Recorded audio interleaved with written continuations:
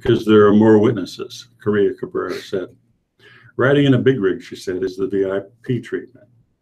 Meanwhile, the state of Florida confirmed Tuesday that it had suspended commercial driving privileges for James Bradley Jr.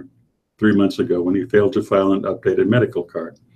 Bradley faces charges in the deaths of the 10 migrants found in Texas. Paul? President Donald Trump cranked up the heat Tuesday on Attorney General Jeff Sessions, scorning him as very weak and refusing to say whether he'll fire the nation's top law enforcement officer and his one-time political ally. It was an extraordinary public rebuke, and even fellow Republicans pushed back forcefully.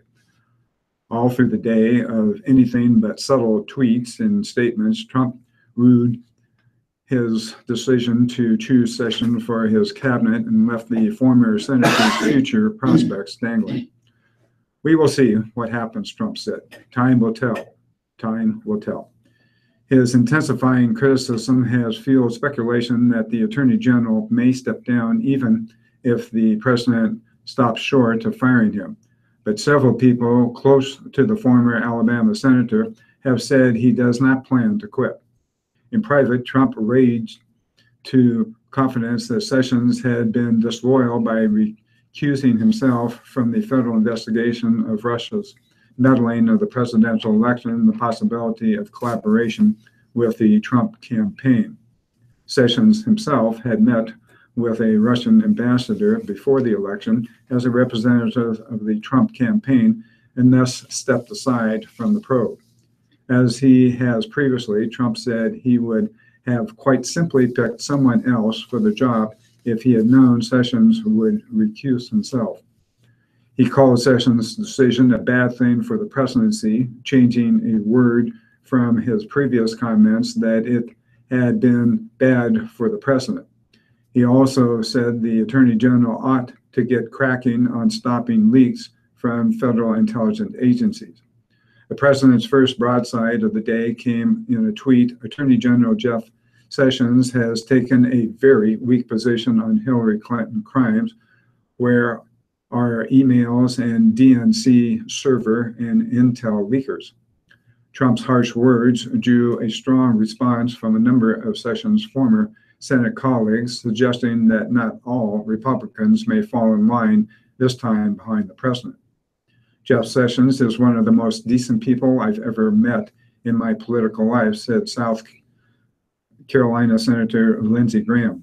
President Trump's tweet today suggesting Attorney General Sessions pursued prosecution of a former political rival is highly inappropriate. Senators Richard Shelby of Alabama, Tom Tillis of North Carolina, and others also voiced support of their former colleague, as did several key conservative religious leaders. House Speaker Paul Ryan took a hands-off approach, saying simply, the president gets to decide what his personnel is. Some White House aides in Trump confidence have begun discussing how to move on beyond Sessions, while others have cautioned the president against firing a figure popular among conservatives, especially during the heat of the Russian probe. Rick? Questions and answers on the seizing of assets by police. What does the program do? The adoptive forfeiture program allows local police agencies to skirt state laws, which often are more restrictive, to seize property using federal law. Under the law, the feds claim or adopt the seized property. The police agencies then share up to 80% of the proceeds with their federal counterparts. Law enforcement groups praise the initiative, which has helped them pay for things such as drug dogs, bulletproof vests, and overdose antidotes. More than $6 billion in forfeited funds has been shared with state and local law enforcement since 2000, according to the Justice Department. What's the downside? Former Attorney General Eric Holder sharply curtailed the practice after critics said it was too easily abused, particularly when police seized small amounts of cash. The Justice Department's Inspector General this year reported that what it called weaknesses throughout the adoptive forfeiture program and the broader asset forfeiture program. Among them, poor data collection and analysis and inadequate training of local and state officers. Civil liberties groups and some members of Congress called State Attorney General Sessions' policy a dangerous reversal that opens the door for constitutional rights violations. What is new this time? Key changes include requiring more detail from police agencies about probable cause to justify a seizure before federal authorities get involved. Also, the Justice Department will have to decide more quickly whether to take on local seizures and also let property owners know their rights and the status of their belongings within 45 days of a seizure, faster than federal law requires. What's the reaction? Excuse me. The move is in keeping with Sessions' tough on crime agenda, in which he has stated that the department's top priority should be helping local police combat violence. But it comes following bipartisan agreement that assets forfeiture should be overhauled. Critics say police departments will still rely on forfeitures to foot their bills, creating an incentive to take property. Republican Senator Mike Lee, who along with Democratic counterparts had been pushing for tighter regulations of the practice, said last week that his pleas were ignored. Instead of revising forfeiture practices in a manner to better protect Americans' due process rights, the DOJ seems determined to lose in court before it changes its policies for the better, said Lee of Utah. The ACLU called it another step by Sessions to bring back the failed and racist war on drugs. What have states done? More than 20 states, including Nebraska and Iowa, have enacted their own laws limiting asset forfeiture, either by first requiring criminal conviction or by raising the threshold for when police can take property during an investigation. In Pennsylvania and Washington, D.C., police are banned from taking part in the program. Paul? Well, it's 10:19. We'll switch over to the local news. Lincoln Board of Education members won't have the power to sanction each other for violating portions of a new code of conduct that sets out expectations for board members in a new policy approved Tuesday. The new code of conduct and changes to another policy concerning how the board conducts itself breezed through Tuesday's board meeting, both passing unanimously and minus some of the most hotly debated details. I think we found that sweet spot of finding the spirit of how we work together, but with wording we'll all be comfortable with, said Don Mayhew, who served on the policy committee with Barb Baer, who leads it, and Connie Duncan. Annie Mumgard said she was pleased the revised code of conduct uses positive language more likely to encourage people to run for the board. I'm happy because it's more positive instead of punitive, she said. One of the primary reasons is that language that allowed for the imposition of sanctions for not following the code is now gone. Several board members had raised concerns about that, including that the language didn't specify who would impose the sanctions. The policies approved Tuesday also specify the president and vice president can remove board members from committee assignments for violating board policy, a change from the original recommendations. Originally, the committee had recommended giving the president and vice president the power to remove board members from committees without cause. Much of the board's work is done through committees, and Matt Schultz took exception to a policy that would have allowed the president and vice president to remove board members for no reason. Schultz and others worried that language could be used to stifle minority opinions. I appreciate the clarification about removal of board members, he said. We don't just remove people at will, which is the way it previously read, even though it wasn't what was intended. There were some other minor changes to the code of conduct, including removal of a section requiring board members to clearly indicate their comments don't represent the board or district. That's an issue that arose with Schultz, whose comments as part of a coalition advocating for property tax relief resulted in some board members getting calls asking if the comments represented the board's or school district's position. Rick? At the Civic Auditorium site, project passes first test. All that's left of the once iconic Civic Auditorium is an empty lot, and now the city of Omaha has taken the first step toward redeveloping the site. But the plan is still conceptual, and city officials said to expect changes before any construction starts at 18th Street and Capitol Avenue. The City Council gave unanimous approval Tuesday for a preliminary plat for the site. An engineer from Olson Associates laid out the plan: 4 new buildings, a courtyard area, and an existing parking garage at 19th Street and Capitol Avenue. Councilman Pete Festerson, who chairs the council's planning committee, said there's a lot of interest in what happens here next. The council had no discussion of one of the highest profile aspects of the plan, which is Mayor Gene Stothart's proposal to build a new downtown library as part of the development. After the meeting, Festerson noted that the plans included a civic space, but that doesn't necessarily have to be a library. Council members met with the developer, Zach Weigert of Tetrad Property Group, privately before the hearing. Weigert did not speak at the city council meeting. Festerson said representatives said that they had spoken to the Omaha Children's Museum and several other nonprofits about moving to the site. He said they were aware of Stothart's proposal to build a library there. A consultant study commissioned by the Omaha Library Board has recommended that the system move the downtown library from its current spot on 15th and Farnham Streets. Stothart has said she thinks the civic site is the perfect spot. She has allocated $25 million for a new downtown library in 2020 in the city's capital improvement plan, but it doesn't list a specific location. The City Council and the Library Board would most likely have to approve a move. The Library Board is soliciting Omahans' input about the consultant's recommendations and will create a facilities master plan. Several council members said they're open to the idea of a downtown library at the civic site. I'm open to all ideas, said Councilman Brinker Harding. Council President Ben Gray said he's concerned that the site would be too difficult to get to and park at for the library patrons. But he said changes to nearby streets could make access easier. I don't know if that's an ideal spot for the library, Gray said. We'll have to look at it and weigh the pros and cons. Stothart's office in April gave more details on the plan for the former auditorium site. It showed 4 buildings with apartments, offices, stores, and possibly a new downtown public library. That's smaller, but roughly along the lines of what Tetrad Property Group and Stothart have talked about since she chose the developer in 2014. The developer envisions a grocery store and other retail, the fitness center, and civic buildings.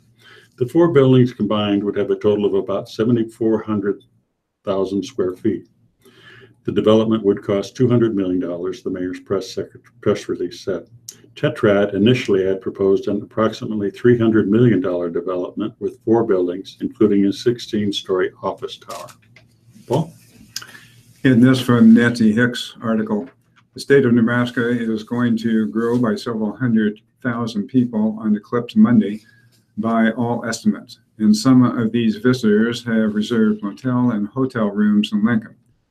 As of last Friday, there were fewer than 100 motel and hotel rooms left in the city on Sunday night, August 20th, the night before the eclipse, said Jeff Mull of Lincoln's Convention and Visitors Bureau.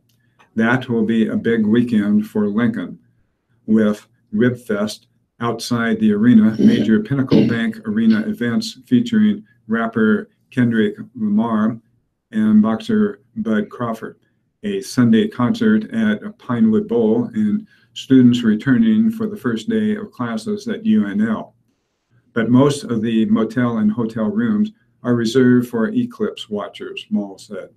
People started reserving rooms several months ago, beginning with rooms in South Lincoln, closer to Beatrice, in areas where the total solar eclipse will be the longest, he said.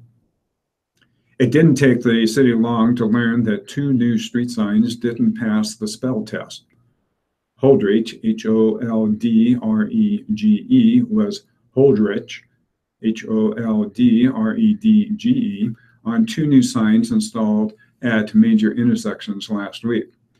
Several people, including a public works employee, pointed out the mistake, and the city removed the signs within 2 days. New signs have been ordered, and the Public Works and Utility Department has taken responsibility for the mistake, which occurred when the signs were first ordered. The new signs for arterial streets being installed next to traffic signals at major intersections do not provide block information. Without the detailed information, 1400 at A Street intersection, for example, the signs are smaller. The Public Works and Utilities opted to save money with smaller signs, said Lonnie Berkland, Engineering Services Manager. People can use their smartphones and other devices and generally don't need the extra information on the sign, he said.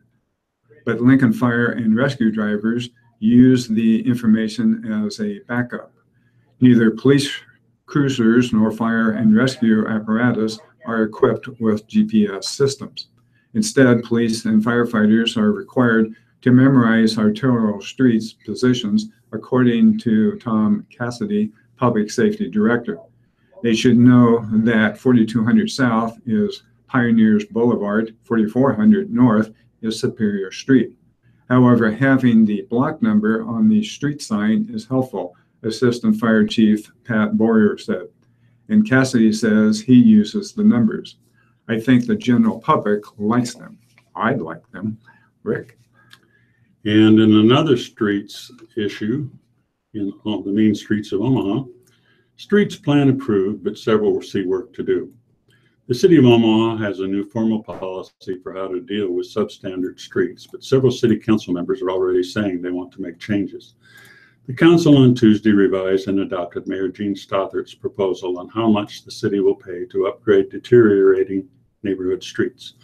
Under the new policy, the city will pay half the cost of upgrading a neighborhood street that wasn't built to the city's current durability standards.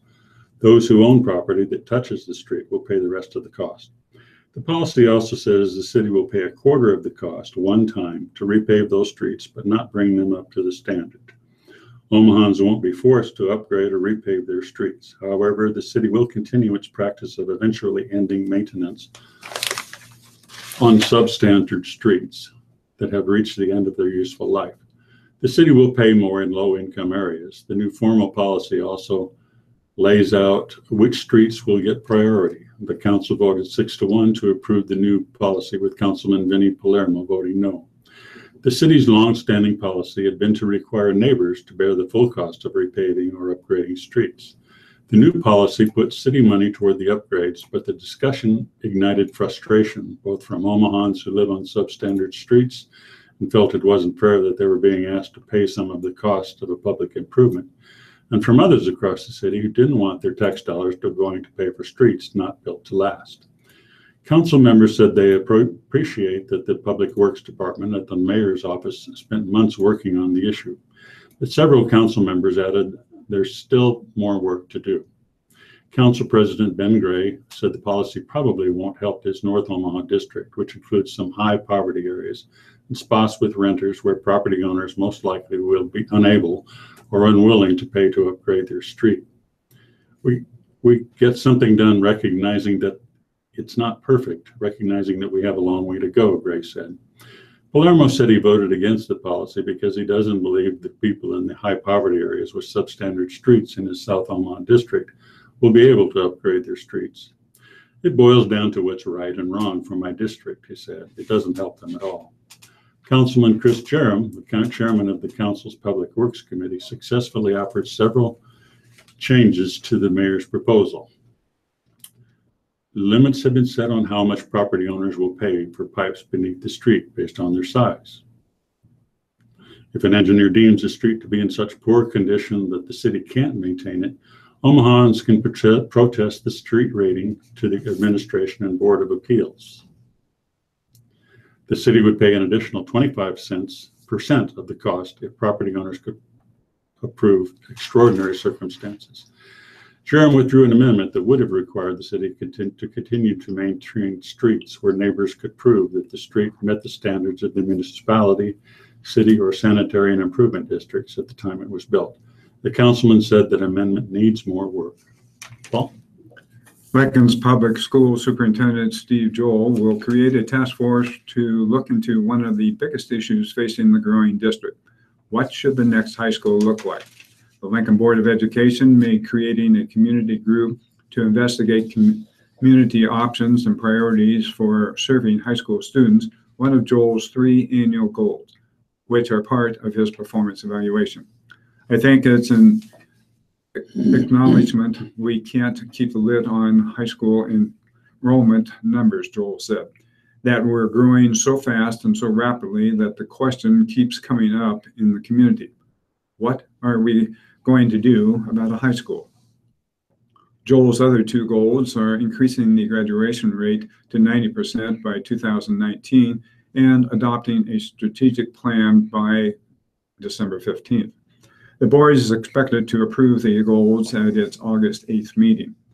The dilemma facing the district isn't new. LPS enrollment has grown by 8,000 students over the past decade, and high school enrollment alone is at 106% capacity. Building a new high school was among the LPS's staff recommendations for updating the district's 10-year plan. The recommendations also included building 4 new elementary schools and 2 middle schools, although the staff had fairly specific recommendations on where to put those schools to handle growth in different quadrants of the city. Not so with the high school, because growth is happening in different parts of the city, which means building one new high school might not solve the overcrowding problem. The biggest growth continues to be in the southern half of the city, but the opening of Stevens Creek along the eastern edge of the city will drive development in coming years. And there's still significant growth in the northwest part of the city, which is complicated by railroad yards and the interstate. In looking into a solution, Joel and the school board wants the task force to explore options beyond a 7 full-size comprehensive high school. Is the community interested in some other delivery systems? This is a good opportunity to throw everything out there and have an open discussion, Joel said. It's really about let's just peel it open and see what the community is interested in. Joel said he doesn't want to talk about specific ideas before a task force delves into the issue, but noted some districts on the East Coast have open technology-focused schools. Maybe the next high school should be a virtual school, or the district should explore more online education. They could expand focus programs, consider magnet schools, or build a couple of smaller high schools rather than one big one. The community wasn't enthusiastic about building smaller schools during discussions that led to the district's 2 newest high schools, Southwest and North Star. But the task force will be able to explore all those ideas. Rick? Building toward goal of Eagle Scout. 4 carpentry stations were set up in the garage of Zach Hodgson's Elkhorn home. Adults sliced through wood with power saws, a task off limits for the Boy Scouts lending a helping hand. A team worked to put together a table in one corner. Zach drilled holes into what would become a gun rack. The 17-year-old found the plans online and modified them himself. About a year ago, Zach started planning his ambitious Eagle Scout Services project, building 5 tables with 2 benches each, plus 2 gun racks for the Omaha Police Department's planned outdoor gun range. Excuse me. He always has wanted to become an Eagle Scout, said his mother, Marla Hodgson. On Saturday, after getting his project approved and raising the necessary funds, Zach and his team of volunteers began construction. As he worked alongside members of Troop 429, he said wrapping up the project was fun but stressful. Eagle Scout projects serve as a test of leadership skills. All organization and logistics must be managed by the boy working to become an Eagle Scout. The main requirement is that the project benefit an organization other than Boy Scouts. Zach has participated in competitive trap shooting since 7th grade and knew he wanted to focus his project on something related to firearms. A year ago, he approached Omaha Police Captain Adam Kyle asking what he could do. When he found out about plans to build a gun range, his project started to take shape. The police department shared his GoFundMe effort on Facebook, bringing in a flood of responses. The carpenter offered to help write building plans.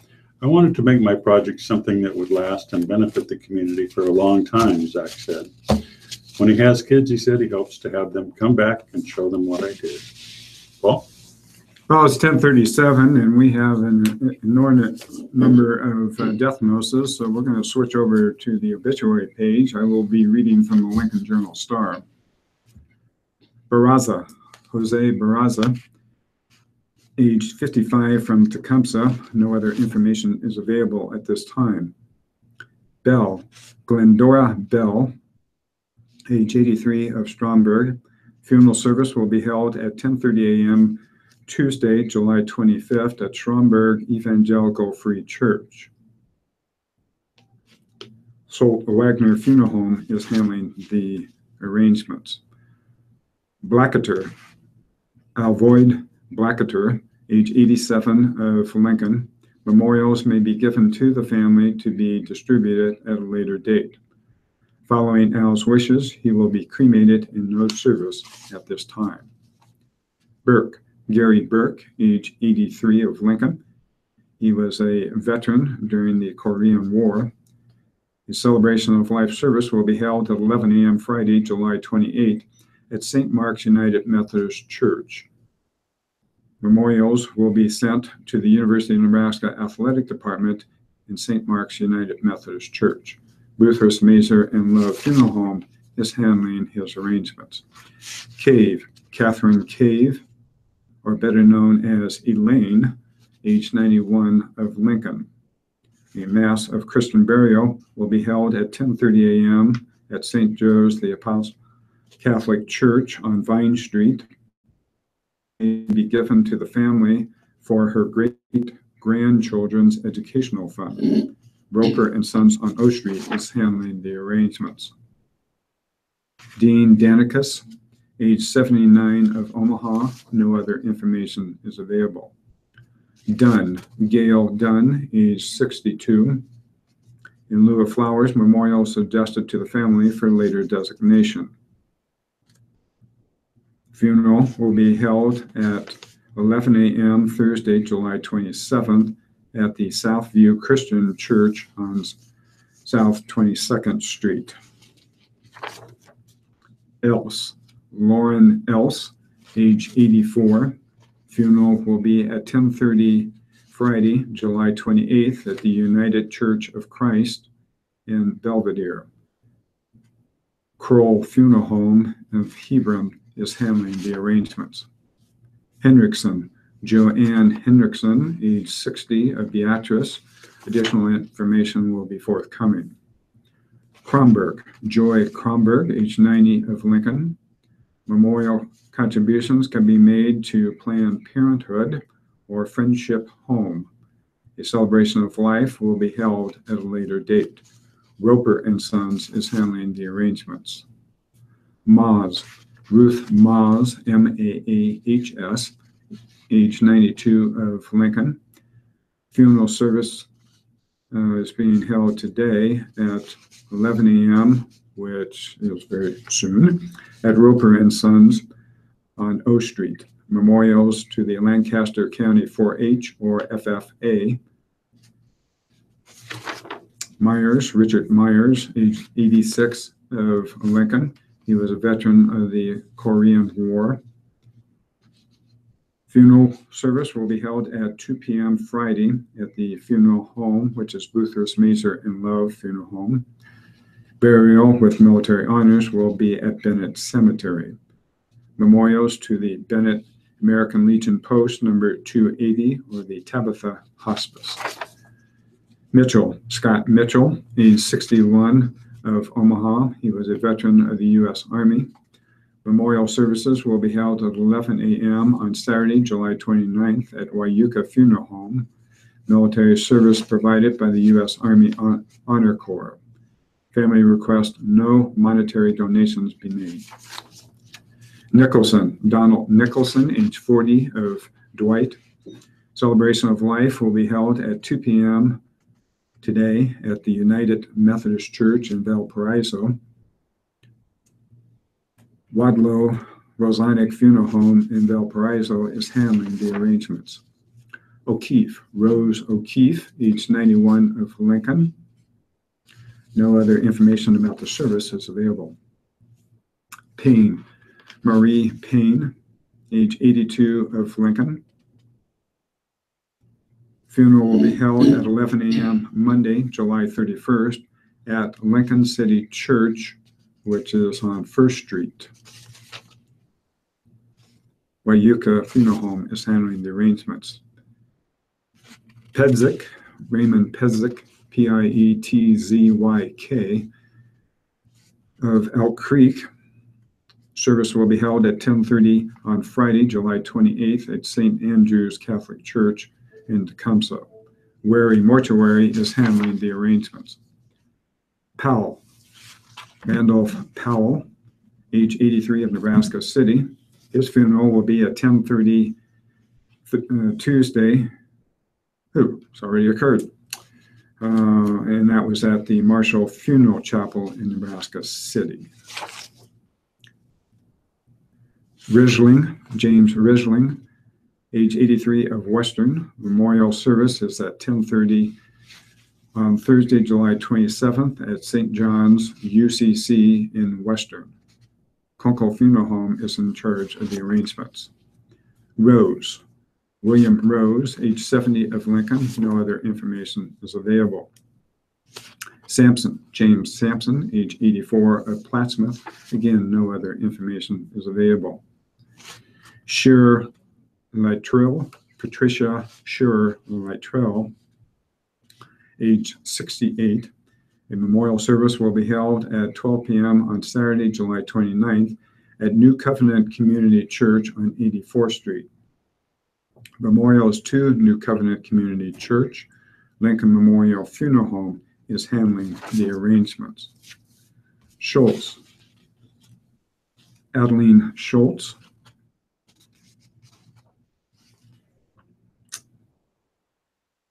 Private burial will be held on Monday, July 31st at Fairview Cemetery. Memorials to St. Andrew's Lutheran Church in Lincoln. Sheldon Jess, Deborah Sheldon Jess, age 66 of Lincoln. Mass of Christian burial will be at 11 a.m. Friday, July 28th at North American Martyrs Catholic Church on Isaac Drive. Memorials in care of the family for future designation. Lincoln Funeral Home is handling the arrangements. Spalding, Hugh Spalding, age 80 of Elmwood. Funeral services will be at 10:30 on Thursday at St. Paul's United Methodist Church in Elmwood. Memorials are suggested to the family for later designation. Heman's Funeral Chapel in Elmwood is handling the arrangements. Stratman, Dale Stratman, age 96 of Fairfield. Additional information will be forthcoming. Sullivan, Lana Sullivan. Services will be held at 10:30 July 26th. That's today at Fairmount Community Church in Fairmount. The graveside service will be at 10:30 this afternoon at Lincoln Memorial Park. Farmer and Sons Funeral Home in Geneva is handling the arrangements. Euchre, Abby Euchre, age 25 of Norfolk. Funeral will be at 10:30 Friday, July 28th at Our Savior Lutheran Church in Norfolk. Denisick Funeral Chapel in Norfolk is handling the arrangements. Mike and Jill Walters. The funeral service will be at 11 a.m. Friday, July 28th at the chapel at Cherry Hills in Highlands Ranch, Colorado. And finally, Don Young, age 83 of Lincoln, formerly of Minneapolis. Services will be held in Minneapolis. Rick?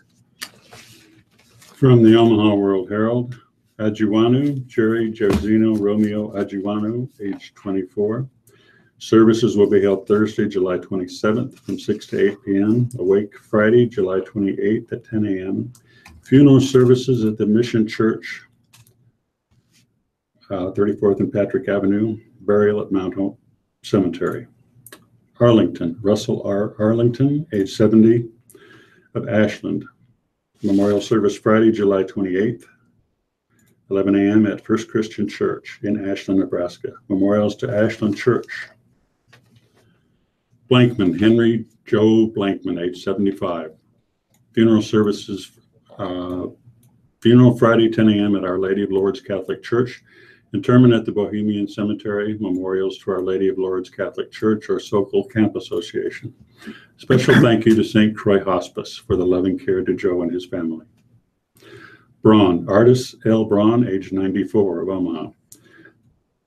Services will be held 1 p.m. Friday, July 28th at Mount Calvary Lutheran Church. Butterfield, Robert A. Butterfield, age 70. Memorial service Saturday, July 29th at 1 p.m. at the Bel Air Chapel of Fifi Hoffman to Roy Cutler. Memorials may be directed to the family for designation later. Carlson, Erland A. Carlson, age 87. He was a veteran, served in the U.S. Army. The memorial service at 2 p.m. Saturday, July 29th at West Lawn Hillcrest Funeral Home. Memorials directed to the family. Carlson, Jerry R. Carlson, age 84. Funeral service Wednesday at 11 a.m. at the Presbyterian Church of the Cross. Memorials may be made to St. Jude Children's Hospital. John A. Gentleman Mortuaries is handling the services. Chalupski, Thelma E. Chalupski, age 92. Mass of Christian Burial Friday, July 28th, 10 a.m. at St. Robert Bellarmine Catholic Church. In lieu of flowers, please direct offerings to St. Robert Bellarmine Garden Endowment or Masses. Coco, Elaine J. Coco, age 83. A complete notice will be issued later. Coldgrove, Carolyn Coldgrove, age 78. Memorial services were held Saturday, July 22nd at Marshall Drive Baptist Church. Costello, Sharon L. Costello, age 81. A complete notice will be issued later. DeHaven, Dylan M. DeHaven, age 19. Celebration of Dylan's life will be held Thursday, July 27th at 10 a.m. at the Beautiful Savior Lutheran Church. Dylan, Marie Dylan, age 84. Memorial and Mass Friday, 10:30 a.m. at St. James Catholic Church. Interment at the Calvary Cemetery in Omaha. Memorials to the church or Little White Dog Rescue of Omaha Chapter. Dixon, Fred Dixon, age 69. A complete notice will be issued later. Divig, Carol A. Divig, age 75. Mass of Christian Burial Friday, July 28th at 10:30 a.m. at the Holy Cross Catholic Church. Memorials will be directed by the family. Evans, Doyle Dean Evans, age 89, formerly of Kansas City, Missouri. Services celebrating his life will be held at 10 a.m. Thursday, July 27th at Floral Hills Funeral Home in Kansas City, Missouri. Memorials are suggested to the Raytown Christian Church Youth Choir or the Kansas City Metro Men's Choir. Fleshner, Leonard B. Fleshner, age 84. He was a veteran. Funeral services Friday, July 28th, 10:30 a.m. With visitation 1 hour prior to the service, all at St. Paul's Lutheran Church in Omaha. Memorials to the church. Fritchman, Earl J. Fritchman, age 69. A complete notice will be issued later. Ginnivan, Don G. Ginnivan, age 86. He was a veteran of the U.S. Army. Celebration of life services at 2 p.m. at Cutler O'Neill Meyer Woodring Funeral Home. Memorials to the Children International, P.O. Box 219055, Kansas City, Missouri. Goette, Matthew C. Goette, age 38. Memorial Mass will be held 10 a.m. Thursday, July 27th, all at St. Leo Catholic Church. Gajelevics, Conrad Joseph Gajelevics, age 56. A final resting ceremony will be held later this year at St. Matthew Church in Winter Haven, Florida. The Conrad Gajelevics Memorial has been established for those wishing to help contribute to final expenses. Please send to Centris Federal Credit Union in Omaha. Frederick W. Hall, age 77. Visitation 5 to 7 p.m. Thursday. Funeral services 1 p.m. Friday at Thomas Funeral Home. Interment, Forest Lawn Cemetery. Housley, John Housley Jr., age 57, of Elkhorn. Mass of Christian Burial Thursday, 10:30 a.m. at St. Patrick's Catholic Church in Elkhorn. In lieu of flowers, memorials to the Elkhorn Historical Society or Elkhorn Public Schools Foundation. James, Neva J. James, age 84 of Council Bluffs. No services will be held. Neva has been cremated. Langban, Walter F. Langban Jr., age 80.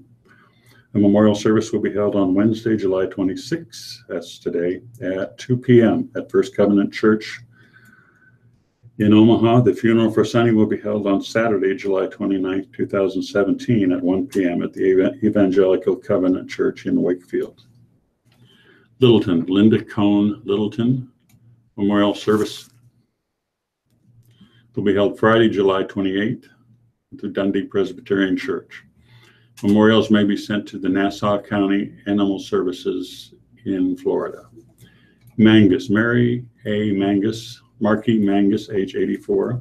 Mass of Christian burial, Thursday, July 27th at 11 a.m. at St. Robert Bellarmine Catholic Church. McDaniel, Edward Lamar McDaniel, age 74. The family suggests contributions to be sent to the charity of the funeral of the donor's choice. No other information is available. Meyer, Ronald J. Meyer, age 74. Visitation Wednesday, 6 to 8 p.m. at the West Lawn Hillcrest Funeral Home. Memorial service Thursday, 10 a.m. at the Glad Tidings Church in Omaha. Miller, Thomas Carl T.C. Miller, age 76. He was a veteran of the Marine Corps. Memorial service Friday, 2 p.m. at Morning Star Lutheran Church. In lieu of flowers, memorials to the Morning Star Lutheran Church. Mitchell, Emily Margaret Mitchell, age 90. Funeral Mass Friday, 10 a.m., St. Matthew the Evangelist Catholic Church in Bellevue. Entombment in Spokane, Washington. Pearson, John E. Pearson, age 91. Memorial service Friday, July 28th at 1 p.m. at Lakeside Village. Private interment at Hillcrest. Memorials to First Covenant Church in Omaha. Pitchler, Mary Faith Pitchler, age 55. Memorial service 11 a.m. Friday, July 28th at Westlawn Hillcrest Funeral Home. Memorials will be directed by the family. Prucha, James F. Prucha, age 70 of Elkhorn. He was a veteran. Gathering of the family will be held Thursday, 10 a.m. to 12 p.m. at the funeral home, Breichmuth Funeral Home on West Maple, interment in Mount Calvary Cemetery. Rapp, Carl F. Rapp, age 89. In lieu of flowers, memorials might be directed at the Dementia Society of America. A memorial service will be held Saturday, July 29th, 11 a.m. at Crosby Swanson Funeral Home. Rader, Francis B. Rader, age 95. No services are pending. Schaefer, Roberta A. Bobby Schaefer, age 82. Private family service. Memorials will be directed by the family. Seitzer, Christopher Seitzer, age 50. Memorial Mass of Christian burial, 10 a.m. Friday, July 28th at St. Margaret Mary Catholic Church. Memorial donations may be made to St. Margaret Mary Catholic Church or to the Seitzer family. Scott, Jeanette Cecile Plunkett Scott. Mass of Christian burial will be held today at 10 a.m. Well, it's already occurred. And St. Margaret Mary's Catholic Church. Memorials to the Brown L. Talbot School, BJ and Angela Scott Catholic High School, or Methodist Hospital Comfort Care Program. Sullivan, Frida A. Risk Sullivan of Elkhorn. Graveside services will be held at 1 p.m. Thursday, July 27th in Calvary Cemetery in Sioux City. Arrangements are under the direction of the Meyer Brothers Colonial Chapel in Sioux City. Memorials may be made in her name to St. Patrick's Catholic Church in Elkhorn or to St. Jude's Children's Hospital. Todd, Dorothy E. Todd, age 93. Memorial services 2 p.m. Friday, July 28th at the Murray Presbyterian Church in Murray. Memorials to Murray Presbyterian Church or Hillcrest Hospital Care. Voss, Louise Voss, age 92. Services will be held at 10 a.m. Thursday, July 27th at Christ Community Church in Omaha. Memorials to the family for later designation. Wang, Michael A. Wang, age 67. A vigil service at 7 p.m., Mass of Christian burial, Saturday, July 29th at 9 a.m., Holy Cross Catholic Church. Interment at the Calvary Cemetery. Memorials to Mercy High School, Holy Cross Parish, or Charity of Family's Choice. Waskison, Carolyn F. Waskison, age 85. Visitation begins Thursday at 4 p.m. with the rosary at 6 p.m. at the mortuary, Carisko Larkin Staskowitz Funeral Home. Funeral Friday, 10 a.m. at St. Bernadette Catholic Church. Entombment in the Resurrection Mausoleum. Memorials to St. Bernadette Church. Wadinsky, Susan E. Harrison Wadinsky, age 72. Visitation on Wednesday, 5 to 7 p.m. with celebration of life service at 7 p.m. all at John A. Gentleman Pacific Street Chapel. Memorials to the Wounded Warriors Project, Paralyzed Veterans of America, or St. Jude's Children's Hospital. Wise, Dr. Mary Catherine Abersfeller Wise, age 76. Service at 7 p.m. Mass of Christian Burial, Thursday, July 27th at 10:30 a.m. at the Holy Cross Catholic Church. German and Calvary memorials to the St. Mary Wise Endowment Scholarship at Metro Community College Foundation. And finally, Zimmerman, Donna M. Zimmerman, age 85. Celebration of Donna's life, Thursday, July 27th at 11 a.m. at Gethsemane Lutheran Church in Omaha. Interment will be in Colome, South Dakota. In lieu of flowers, memorials to the church.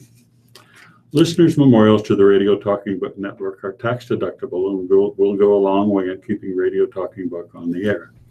Please keep Radio Talking Book in mind when memorials are listed as donor's choice or your favorite charity. Donations should be sent to Radio Talking Book Network, 7101 Newport Avenue, Suite 205, Omaha, Nebraska, 68152. Thank you for being a Radio Talking Book Network listener and supporter. Very much Rick Miner and Paul Murphy for reading the first hour of today's Omaha World Herald and the Journal Star. We'll be back to both of our star readers after we take a short break. And now we'd like to present Profile America from the U.S. Census Bureau.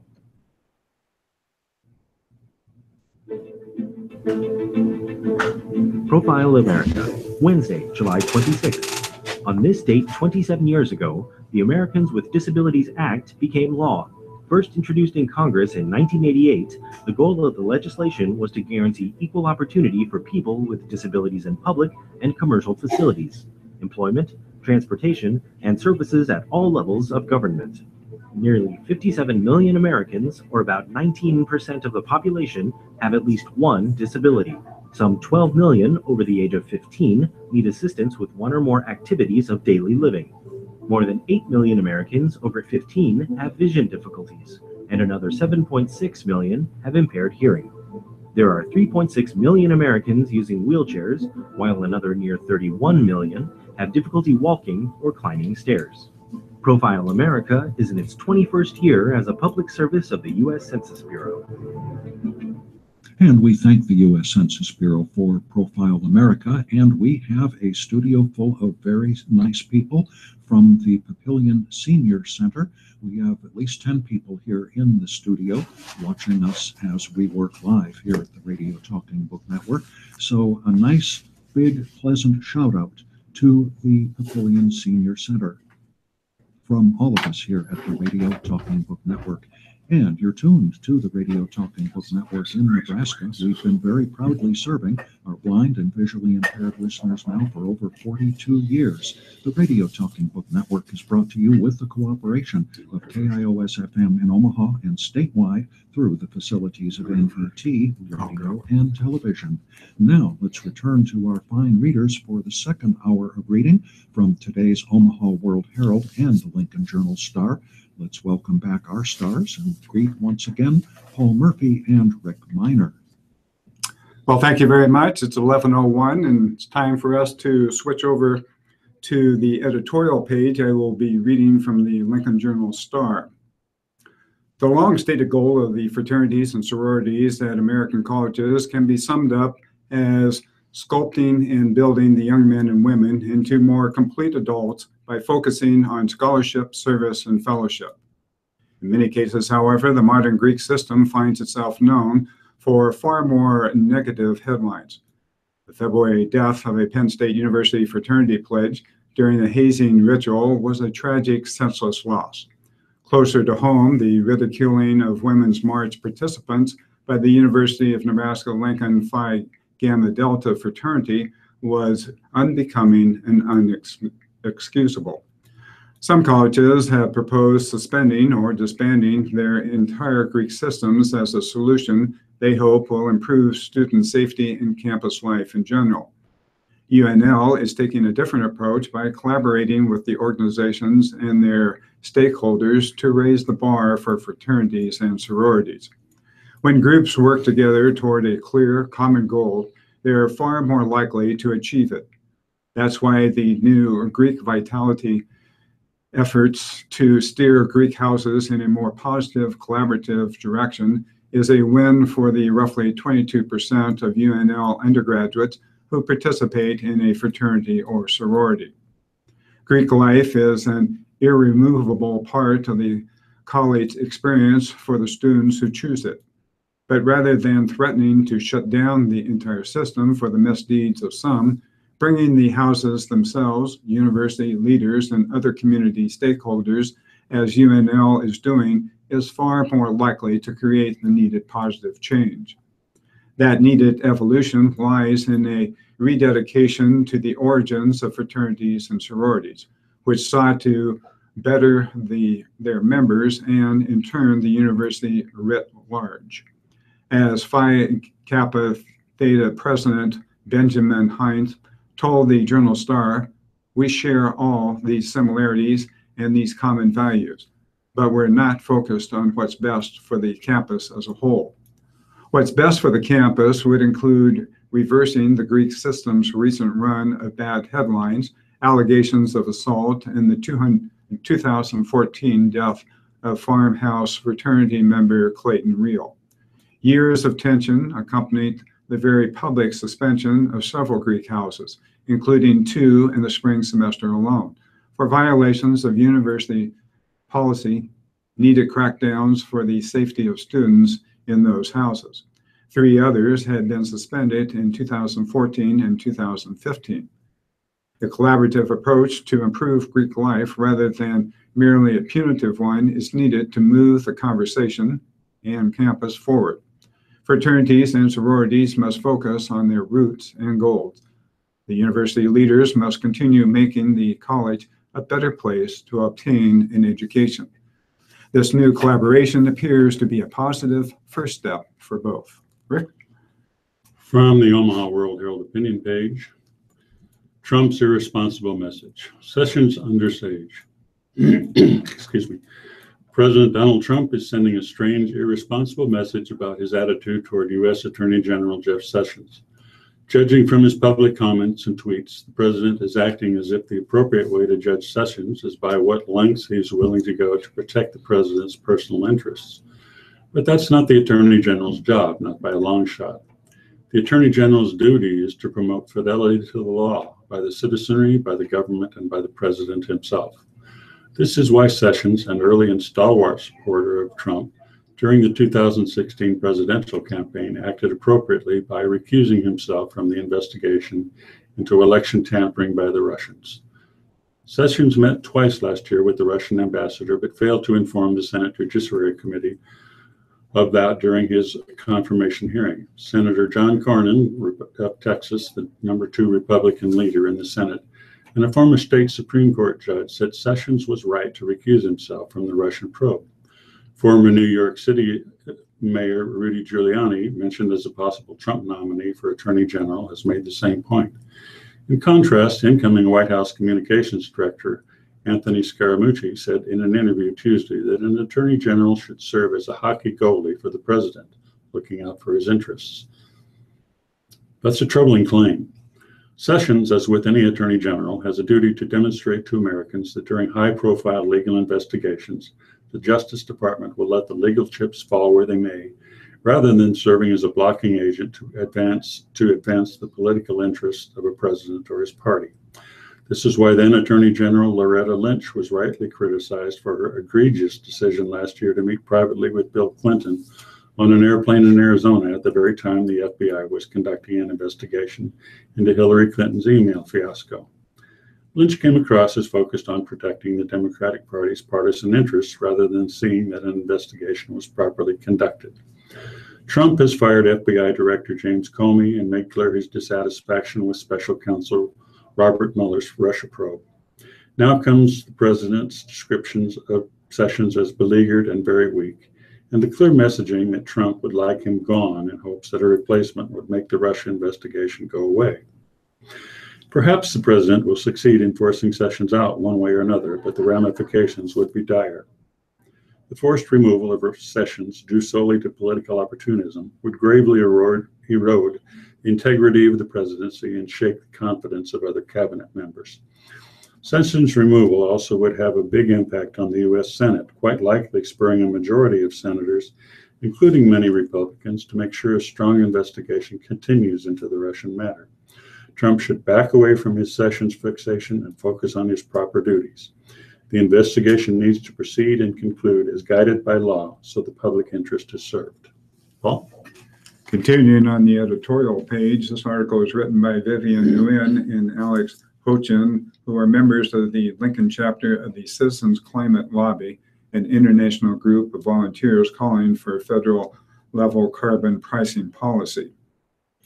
Partisanship in Washington has reached uncharted territory, and with precious few working examples of cooperation remaining to look to, it's hard to know what to do about escalating polarization in our nation's capital and in our public discourse. Fortunately, there is one body that is bipartisan by design, and although it's relatively new, it's growing quickly. Founded last January by Representative Ted Dush, a Democrat from Florida, and Representative Carlos Cordello, Republican from Florida, the Bipartisan Climate Solutions Caucus in the U.S. House of Representatives is a breath of fresh air in the toxic atmosphere of Washington politics. It seeks to engage in thoughtful bilateral conversations about the efforts of climate change and policy options to combat the consequences. New members must join in bipartisan pairs. Caucus membership has surged to 48. That's 24 Democrats and 24 Republicans, including Representative Don Bacon, who boldly made joining the caucus a campaign promise. As evidenced by the rapid growth of the Bipartisan Climate Solutions Caucus, we believe it will soon be more politically risky to keep mum on climate change than it currently is to address it openly, especially in agricultural states like ours. Nebraskans have already faced devastating droughts, increased flooding, warmer summers, more powerful storms, and reduced stream flows. These worsening consequences promise profound damage to our environment, guaranteeing lost economic opportunities, lost livelihoods, and even lost lives. We cannot wait any longer for our elected officials to put forth solutions for reducing our carbon dioxide emissions. Climate change is no longer a partisan issue, but one on which the majority of Nebraskans want action. According to the Yale Program on Climate Change Communication, 74% of voters within Nebraska's 1st Congressional District favor legislation to reduce carbon emissions. This indicates broad support that transcends partisan lines, as voter rolls in the district break down into 46.9% Republicans, 31.1% Democrats. Furthermore, the majority of Climate Solutions Caucus members represent coastal districts. More representation from the Great Plains is needed as climate change continues to ravage agricultural communities. We therefore call on Representative Jeff Fortenberry to join the Climate Solutions Caucus. He may already be thinking like a member. On July 13th, Fortenberry joined Bacon and almost the entire membership of the Climate Solutions Caucus in forming a bipartisan majority to defeat the Perry Amendment to the National Defense Authorization Act. This amendment would have stripped a provision from the NDAA, which requires a study on the 20-year impact of climate change on the military. The vote also preserved accompanying language that recognizes climate change as a direct threat to the national security of the United States. We could not be prouder of Fortenberry's vote.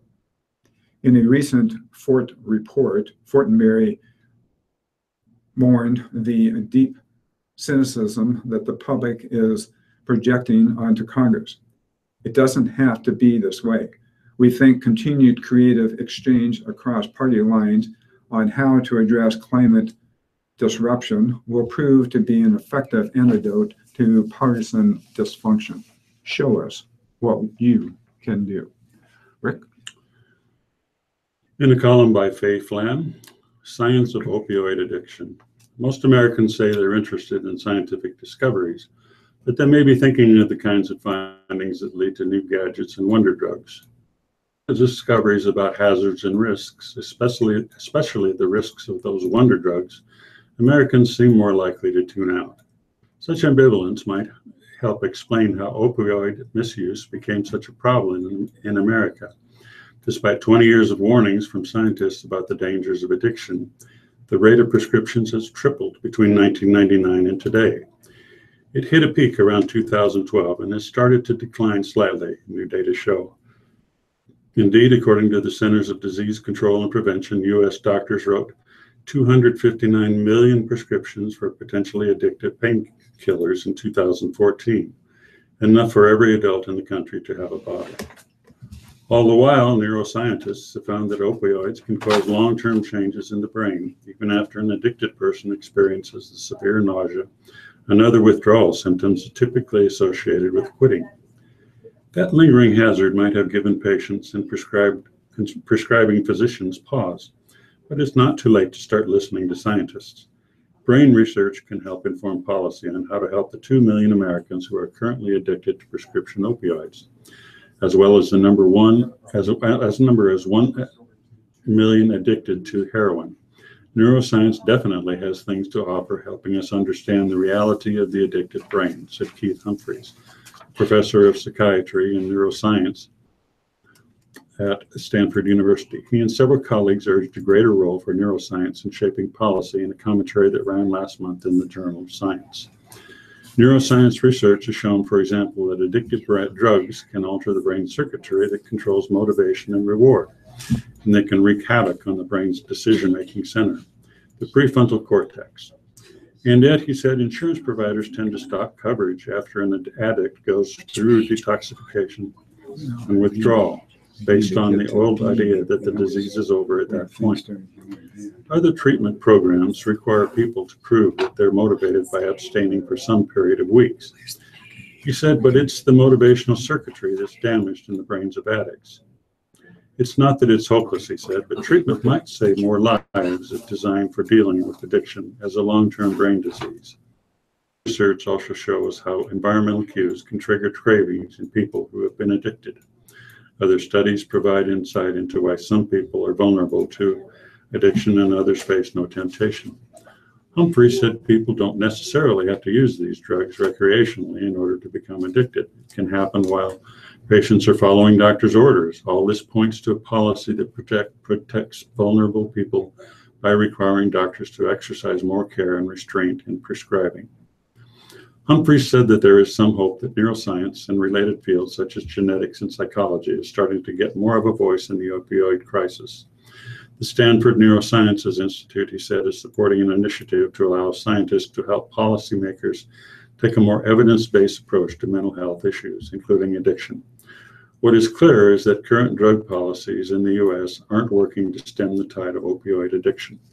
While rates of prescription have tapered off a bit, rates of addiction increased almost 500% from 2010 to 2016. Opioid addiction is now the leading cause of death in people under 50. Well, it's 11:16, and we'll switch over to today's living and entertainment. We'll switch over to the doctor to start with. Dear doctor, colorectal cancer is rising among young people, as I recently read in a news report, but why? I thought colorectal cancer required a lifespan of unhealthy behavior. Dear reader, when I went through medical school, my professors had the same notions about colon cancer. The prevailing belief was that colon cancer was predominantly a disease of those over 50. Yes, colorectal cancers did occasionally occur in younger people, but these cases were attributed to family diseases such as Lynch syndrome or familial adenomatosis, sorry for that pronunciation, polyposis, or to a significant family history of colon cancer. Colitis or extensive Crohn's disease could also put younger people at risk of colon cancer. However, data have been warning for several years now of a rise in colon cancer's diagnosis prior to the age of 50. A 2015 study in the JAMA Surgery looked at colorectal cancer data from 9 states between 1975 and 2010. During that time, the overall rate of colon cancer decreased, but only because the rate of colon cancer after the age of 50 decreased. In that study, 92% of colorectal cancer cases occurred after age 50.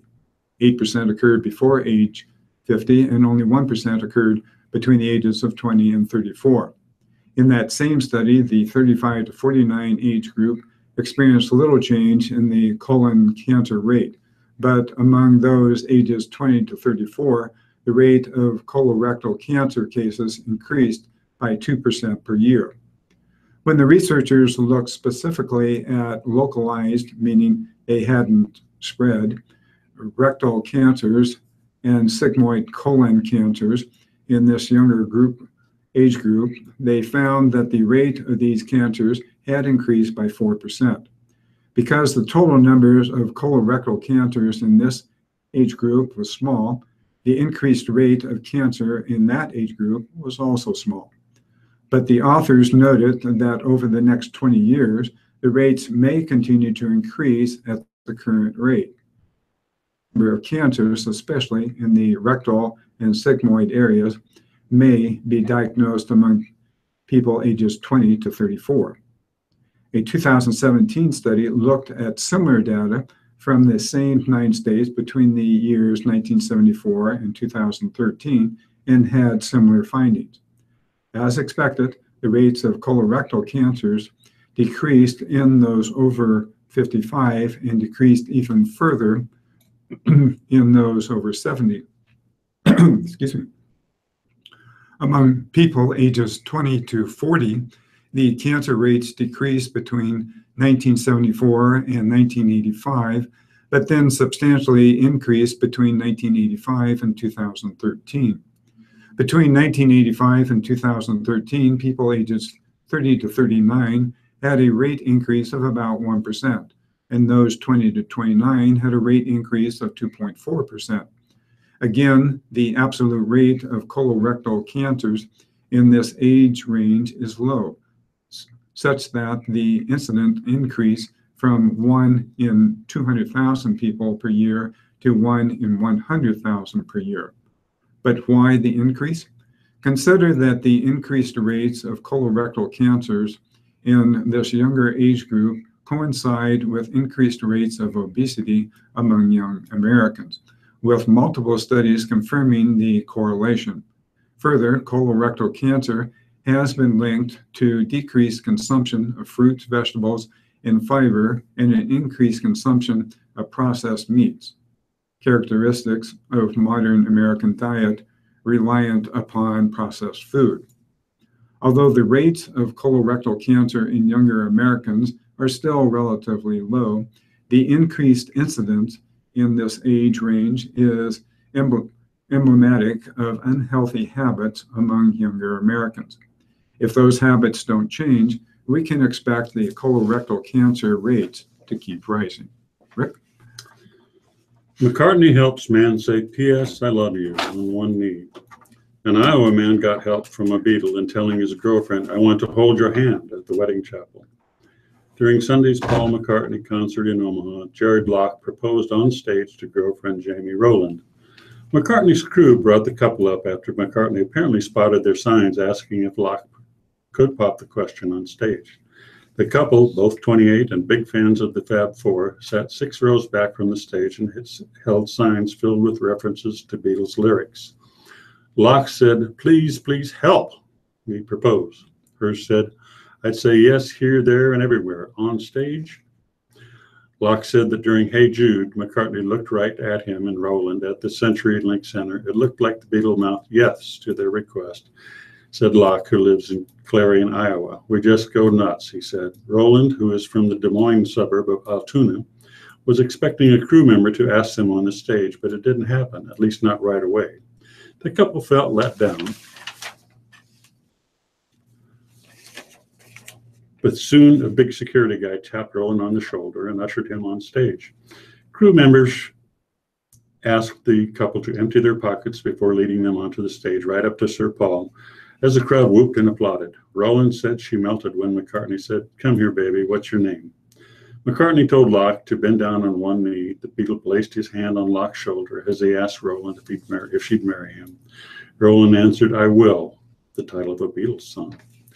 Locke has some pictures and video of the big moment, but is hoping to crowdsource some more.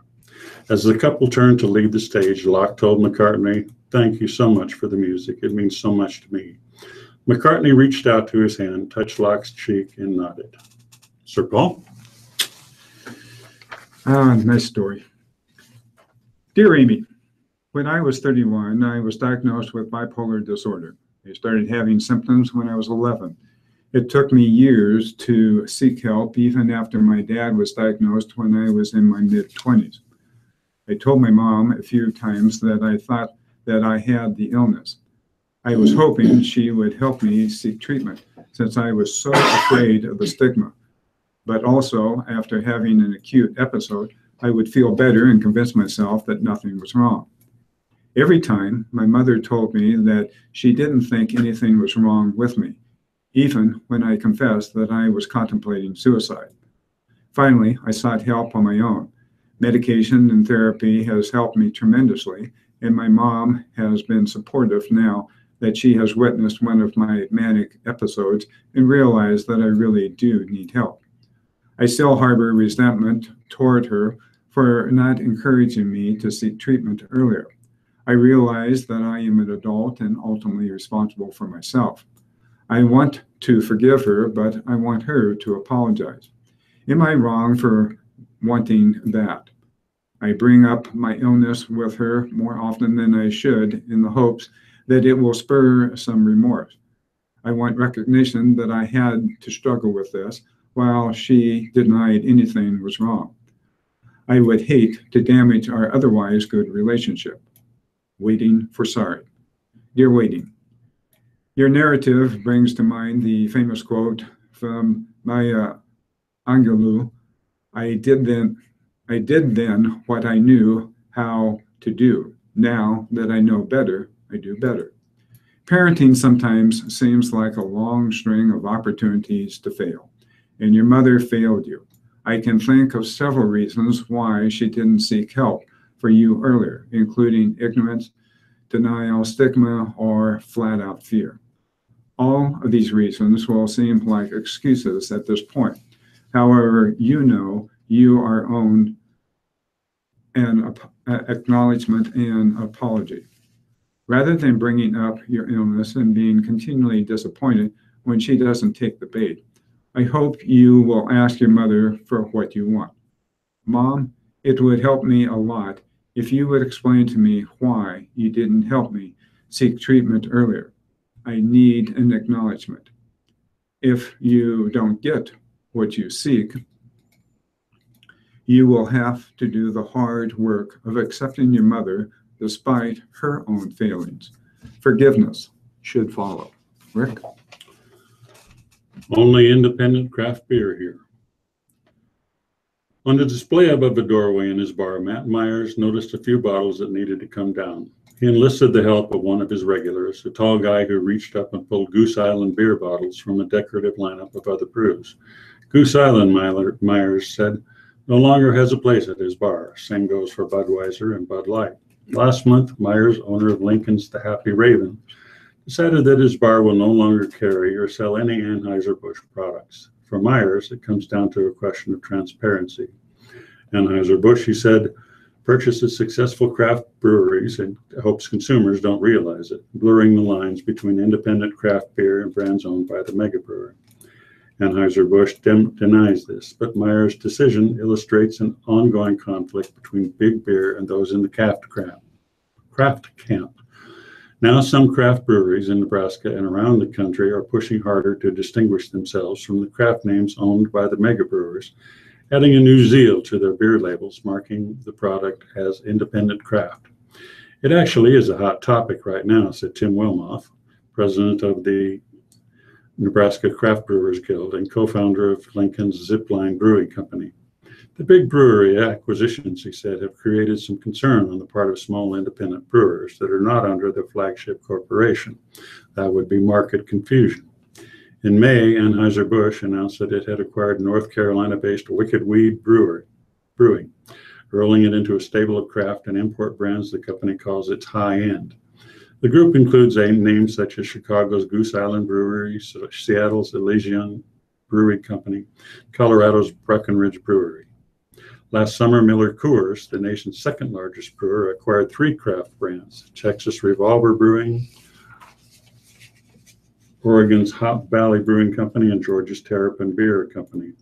The company added the brands to its craft and import Arm, 10th, and Blake Beer Company.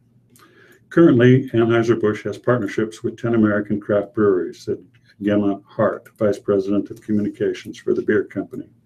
And far from hiding its affiliation with these brands, she said the company has made vocal announcements in both local communities and nationally whenever we have formed a new craft partnership. These announcements have resulted in hundreds of media articles with broad reach across the country. But the acquisitions have resulted in slower growth for the craft beer business, according to the Boulder, Colorado-based Brewers Association, the nonprofit craft brewing trade organization.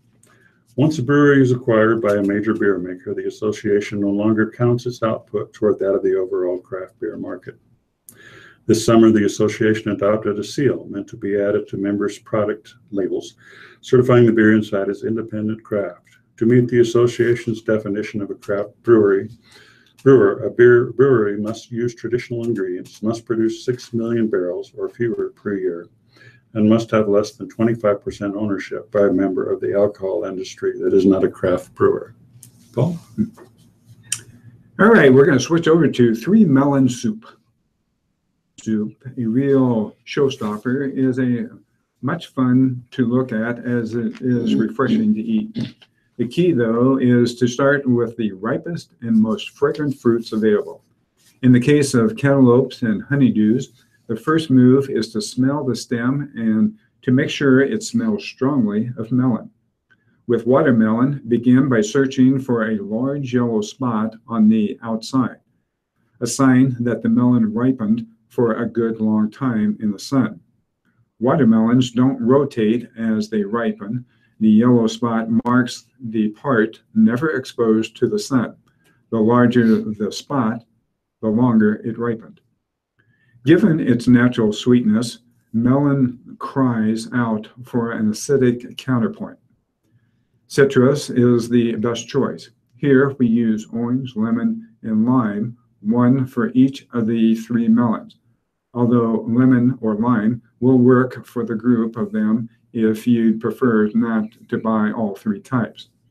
Also, the amount of citrus prescribed is given as a range because an individual melon may need more or less acid depending on its sweetness. Start with the smallest amount, adding more until it's no longer flat. This soup's blazing good looks, a kaleidoscope of red, yellow, and green, result from the fact that each of the 3 purees keeps to itself, and you don't need to be a professional food stylist to pull off this trick. Just spoon the purees into separate parts of the bowl. I offer this recipe in 2 versions, plain or fancy. The former is garnished with sour cream or yogurt, strawberries, and mint. The latter boasts a savory garnish, salty cheese, tortilla strips, and sliced chilies.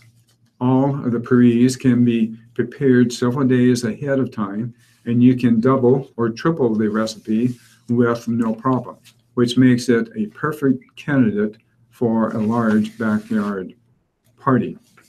And then they have the recipe for it. I won't go into the directions, but the picture looks divine. Yes, and it sounds great. Mm-hmm. Making me hungry.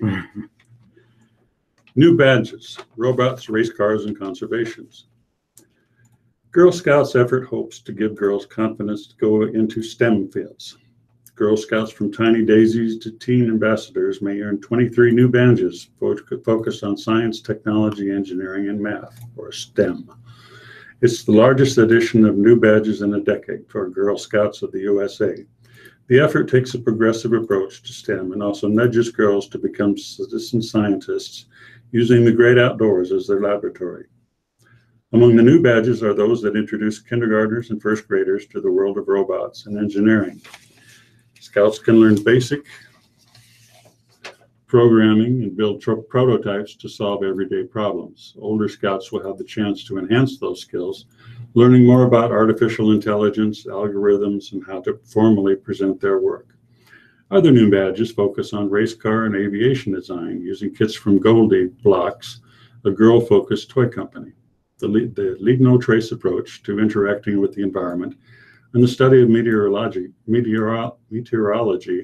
by learning to predict weather patterns and potential hazards are among activities geared to new outdoor badges. Kayla Hicks, 7, is grateful.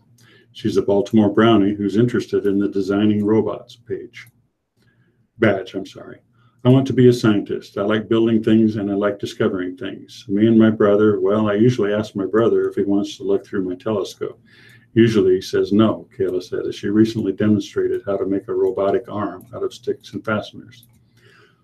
Baby boomer Sylvia Acevedo, the CEO of the scouting group, was just like Kayla as a girl growing up in tiny Las Cruces, New Mexico. My troop leader looked at me and saw me looking at the stars, and she taught me that there were constellations. She taught me there were systems and patterns to the stars. Acevedo said in a recent interview, because I got my science badge, I developed that courage and that confidence to study science and math at a time when girls like me weren't studying science and math. Girls like me, statistically, weren't even finishing high school. Acevedo was one of the first Hispanic students, male or female, to earn a graduate engineering degree from Stanford. The former tech executive's first job was as a rocket scientist at NASA's Jet Propulsion Laboratory in California. The new badges, some of which were requested by Scouts themselves in the survey, are available starting next week. Next year, another initiative will allow Girl Scouts to earn cybersecurity badges. One study cited by the Scouts showed that women remain vastly underrepresented in that industry, holding 11% of such jobs globally. Another study done by the Computing Technology Industry Association found that 69% of women who have not pursued careers in information technology attribute their choice to not knowing what opportunities are available to them. As for STEM overall, Acevedo said a lot of girls remain vulnerable to a crisis of confidence in pursuing education and careers in those fields. A lot of girls haven't made that shift from using technology to you actually can be a programmer, she said. That you're the one who can make that coding. For a lot of girls, they need to have that hands-on experience so they feel confident.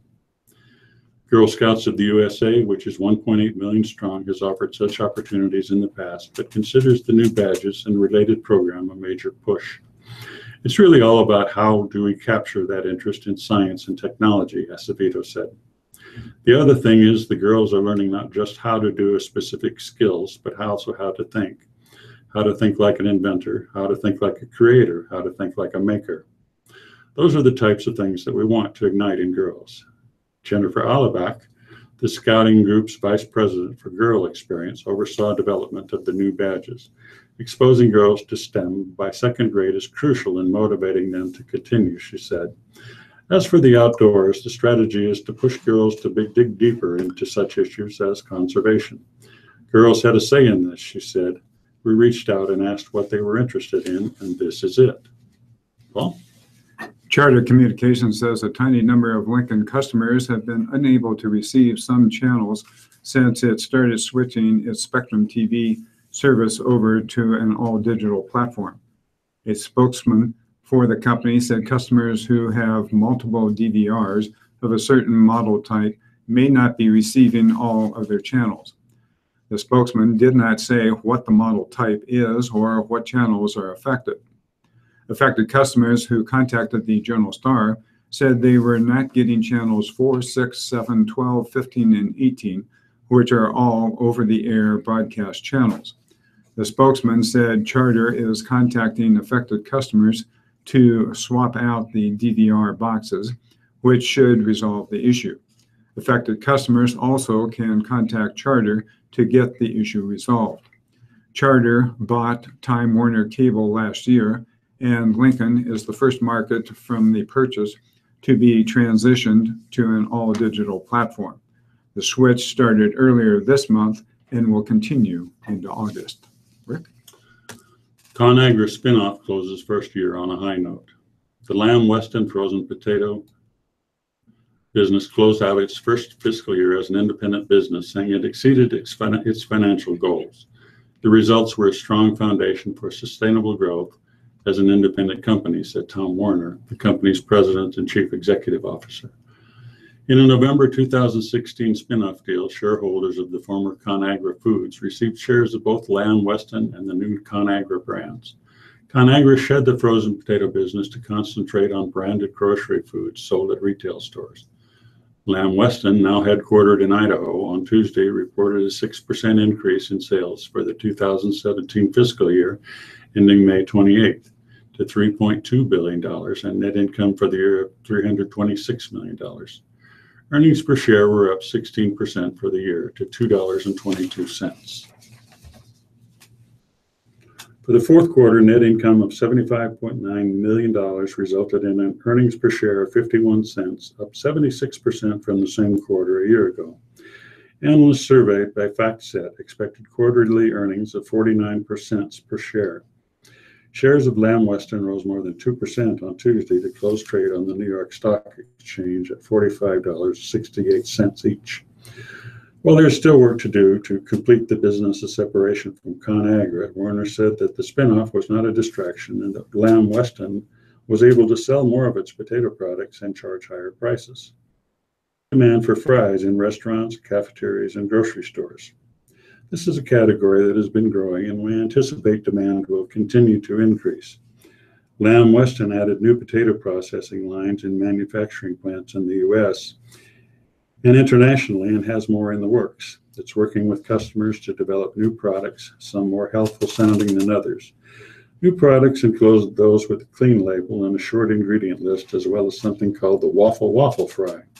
A waffle-cut sweet potato fry coated in waffle butter, fried, and intended to be served with dips or toppings. Lamb Weston also launched a new product in retail stores, the Made in Idaho brand of frozen potato products, including fries and hash browns. Paul? Sure, you were talking about my soup, and now you're talking about potatoes. Boy, we're just going to really build up this. Want to go to lunch one day? Yeah, exactly. Continuing with the business and markets, the measure that predicts future economic growth in Nebraska jumped in June, suggesting growth will improve at the end of 2017. The most recent leading economic indicator report from the University of Nebraska-Lincoln, a composite of economic factors that predict economic growth 6 months into the future, rose by 2.75% in June. A strong increase in the LEIN indicates that economic growth will be robust in Nebraska at the end of 2017. And economist Eric Thompson, director of the Bureau of Business Research at the university, stated, "The June increase erased doubts about growth after the LEIN declined during both April and May. All 6 components of the indicator rose during June. Business expectations were strong, with respondents to the June survey of Nebraska businesses reporting plans to expand employment and sales over the next 6 months. Building permits for single-family homes also rose sharply during June, while airline passenger counts and manufacturing hours expanded. Initial claims for unemployment insurance fell, which is a sign of the improving labor market. The value of the U.S. dollar also fell, which is positive for Nebraska businesses which export. The broad-based growth in all 6 components of the leading indicator is a very positive sign for future economic growth, said Thompson. The leading economic indicator report is produced monthly by faculty and students in the Bureau of Business Research in Nebraska's College of Business.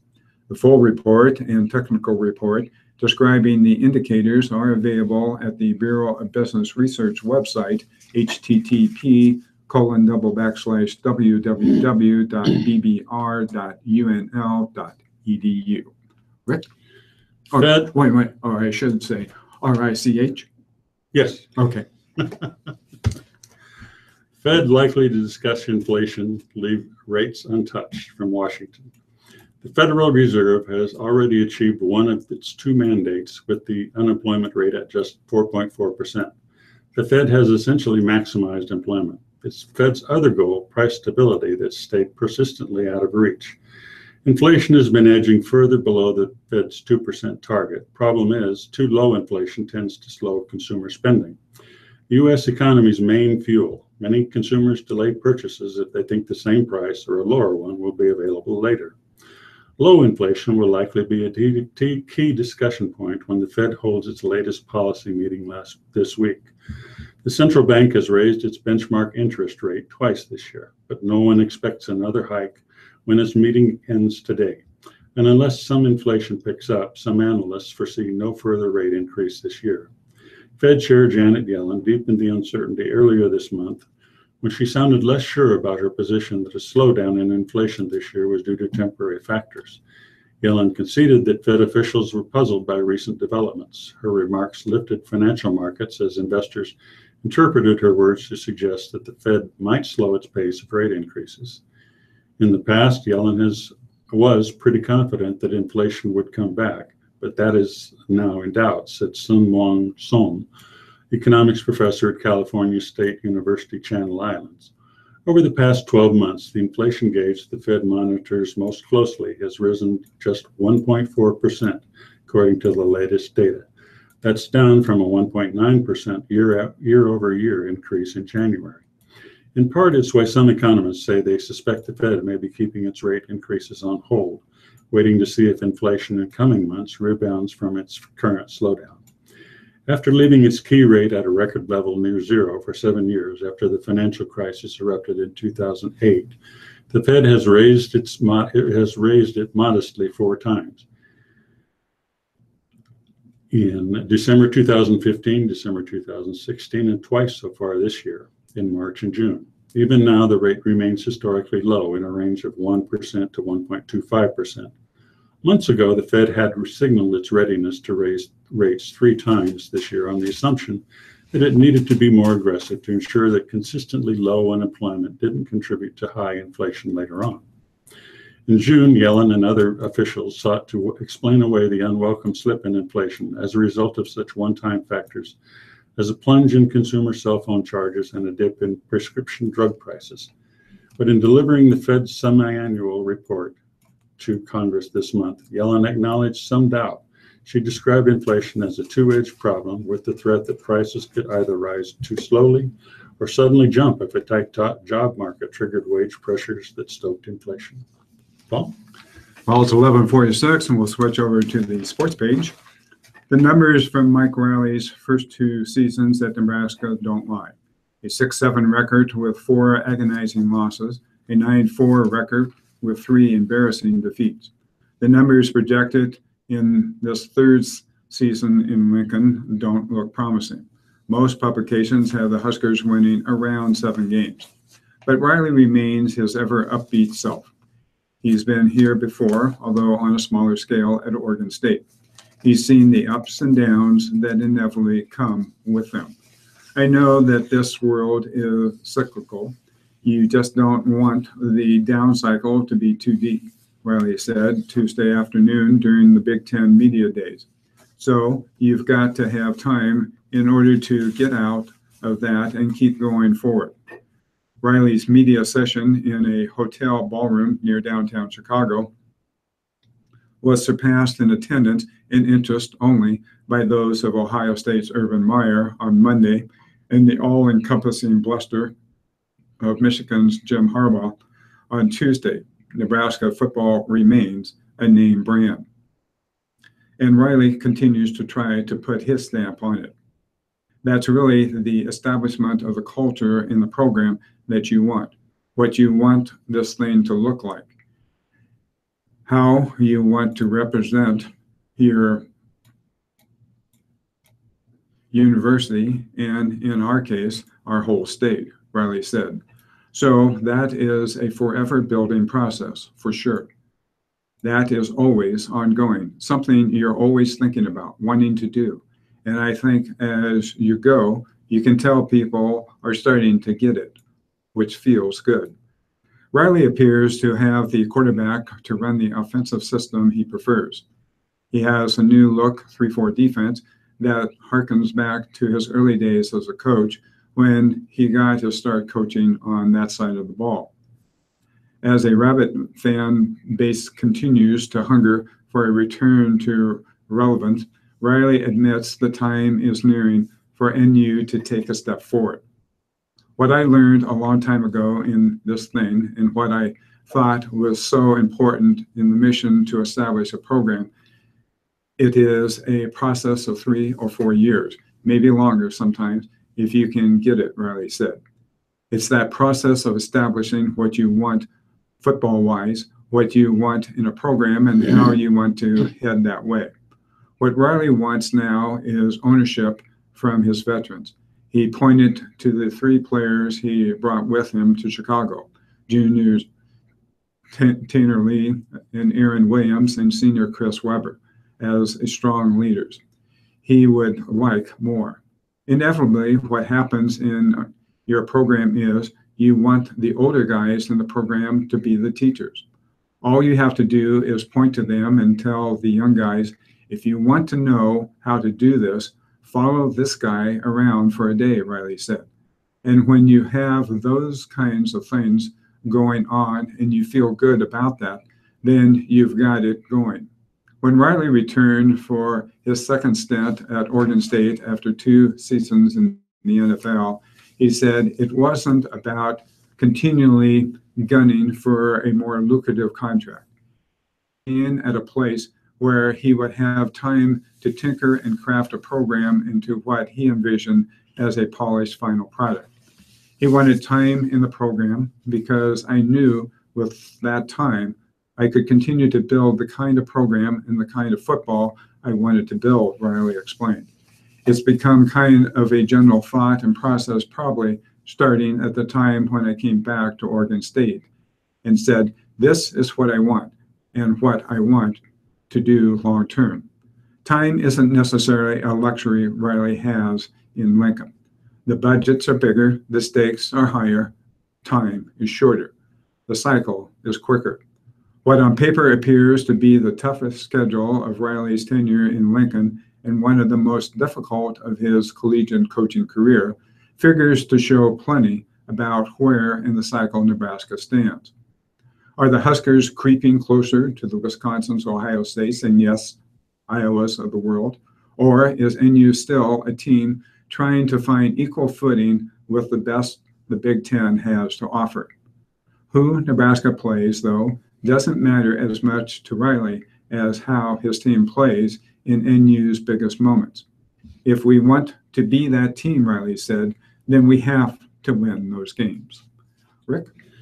In Major League Baseball, Kansas City stays near the Indians with 7th straight win from Detroit. The Kansas City Royals are keeping the pressure on the AL Central, and manager Ned Yost has no big secrets to offer about their impressive winning streak. There's no key to staying in it. You just keep playing good, Yost said. If there was a key to staying in it, then we would stay in it forever. You just play good. That's all you do. Whit Merrifield homered on the first pitch of the game, and the Royals led the rest of the way, beating the Detroit Tigers 3-1 on Tuesday night for their 7th consecutive victory. Kansas City, which was 7-16 at the end of April, is 1.5 games behind first-place Cleveland. Merrifield homered to left center as Michael Fulmer, 10-8, to open the scoring. And the Royals added 2 runs in the 4th. Danny Duffy allowed a run and 6 hits in 6 1/3 innings. 3 relievers finished for Kansas City, with Kelvin Herrera, pitching a perfect ninth for his 21st save in 24 chances. Fulmer struck out the next 4 hitters he faced after Merrifield's leadoff homer. The all-star right-hander ended up allowing 3 runs and 8 hits in 8 sharp innings. He struck out 6 without a walk. Anytime you get 3 runs early against a guy like Fulmer, you've got to make sure you keep the lead, Duffy said. He's a great pitcher, and he's got really good stuff. His future is super bright. The Royals scored 8 runs, 5 earned off Fulmer in his previous start last week. It was much better this time around, but Kansas City put together a crucial rally in the 4th.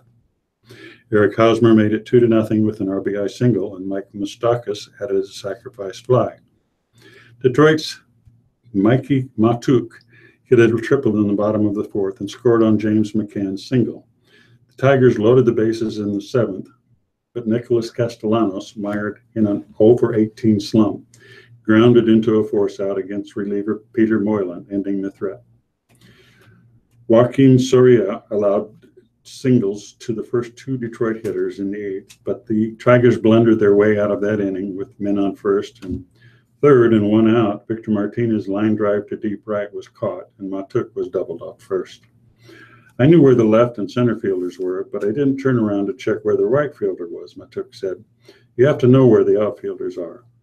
Merrifield's home run was his 11th of the season and the 17th for the Kansas City during this winning streak. The Royals have gone deep 13 times in the last 4 games. Paul?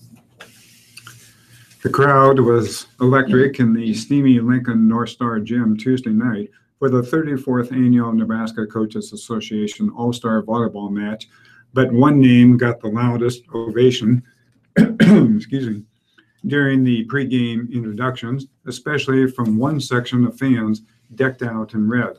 The player, Malcolm graduate Haley Densberger, the fans, her Nebraska volleyball teammates, who came to the All-Star game to support one of their newest teammates and possibly scout some future opponents. It's so awesome that they came to this game to cheer me on, said Densberger, who has already started classes and training on the Nebraska campus. We're only 10 minutes away, so it was a quick trip.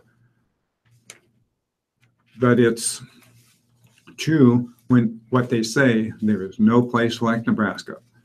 Not just on games days, every single day, it is awesome to be a Husker. Densberger, playing for the Red, was one of several players participating in the match that will be moving on to Division I schools this fall. Soon to be Kansas State freshman and Omaha Skutt grad Brooke Hine dominated in the star-studded contest and helped the Red team to a 29-31, 29-21, 25-22, and 25-23 victory. Lincoln Christian Ashlyn Power was playing in her last volleyball game on a Nebraska court, as she will be taking her talents to Weber State in Ogden, Utah. But her last game wasn't without some highlights.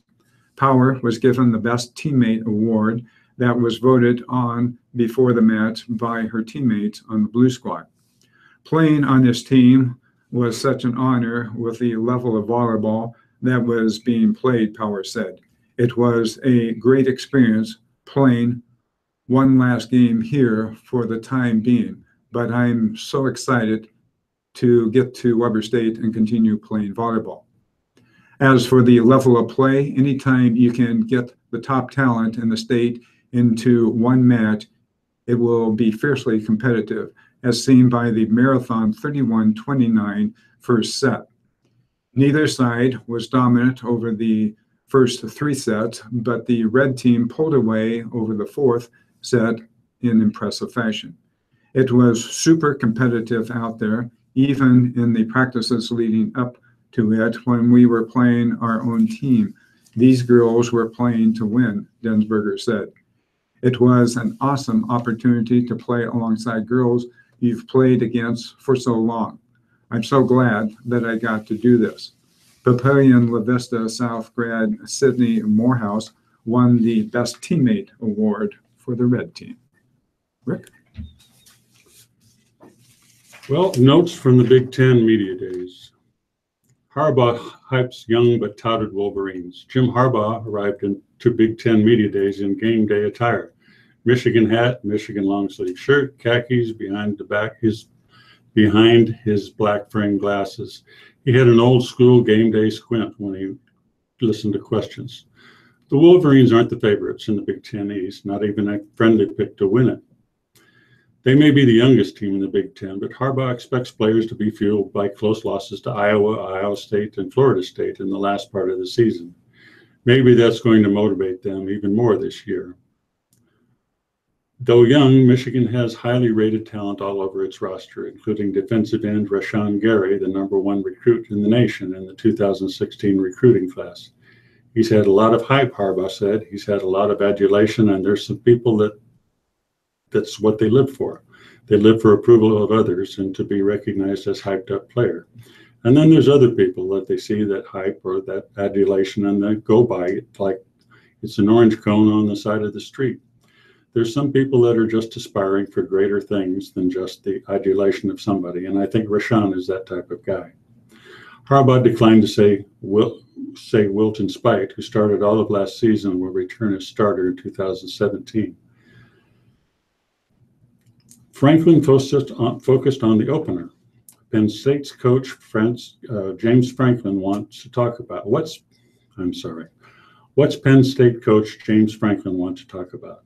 Akron, not Pittsburgh, long a rival and one of 3 teams to beat the Nittany Lions last season. Pitt probably kept Penn State from the college football playoff, in fact, but Franklin didn't want to address the September 9th game right now. He's open to discussing the September 2nd season opener against Akron. I would love to talk about Akron and Akron and Akron and Akron and Akron and not these great games ahead, any other games, he said. Franklin additionally rebuffed reliving the surprise Big Ten title season in 2016. None of those wins are going to transfer over, he said. We have to start from the ground up and rebuild this thing. And what we have to do is we have to take all those experiences that we gained from last year, playing on those stages against the competition we played against, and how we learned and how we grew from those things. That they're going to ask us. Family affair for Alvarez. Wisconsin Athletic Director Barry Alvarez beamed like a proud grandfather Tuesday, which is what he is entering the 2017 football season. Well, it's 12 o'clock and time to end the program. This is Rick Miner. Have a good week. And Paul Murphy, have a great and blessed day. Have the same, a blessed day, and thank you both for coming in and spending time. All right. Well, Well, everything works out well. I'll be here next week. Hopefully you can move on to bigger and better things after that. Sick of this. Oh, I've had so many of these. I can't even- I think one's bad enough. I walked into the place that they were going to do the literature season. I knew all the people. I said, "Hi, Rick," because I was just there like 3 or 4 months ago. Oh, geez. Oh, my gosh. And this is I don't think that's an area I would want to get to know. No. It's a recreation, another recreation of the old radio drama story. Dad had one, and my other brother had one. Now my baby brother hasn't had one yet. Oh, God. We're just waiting. When he gets his, he's going to get his. Well, I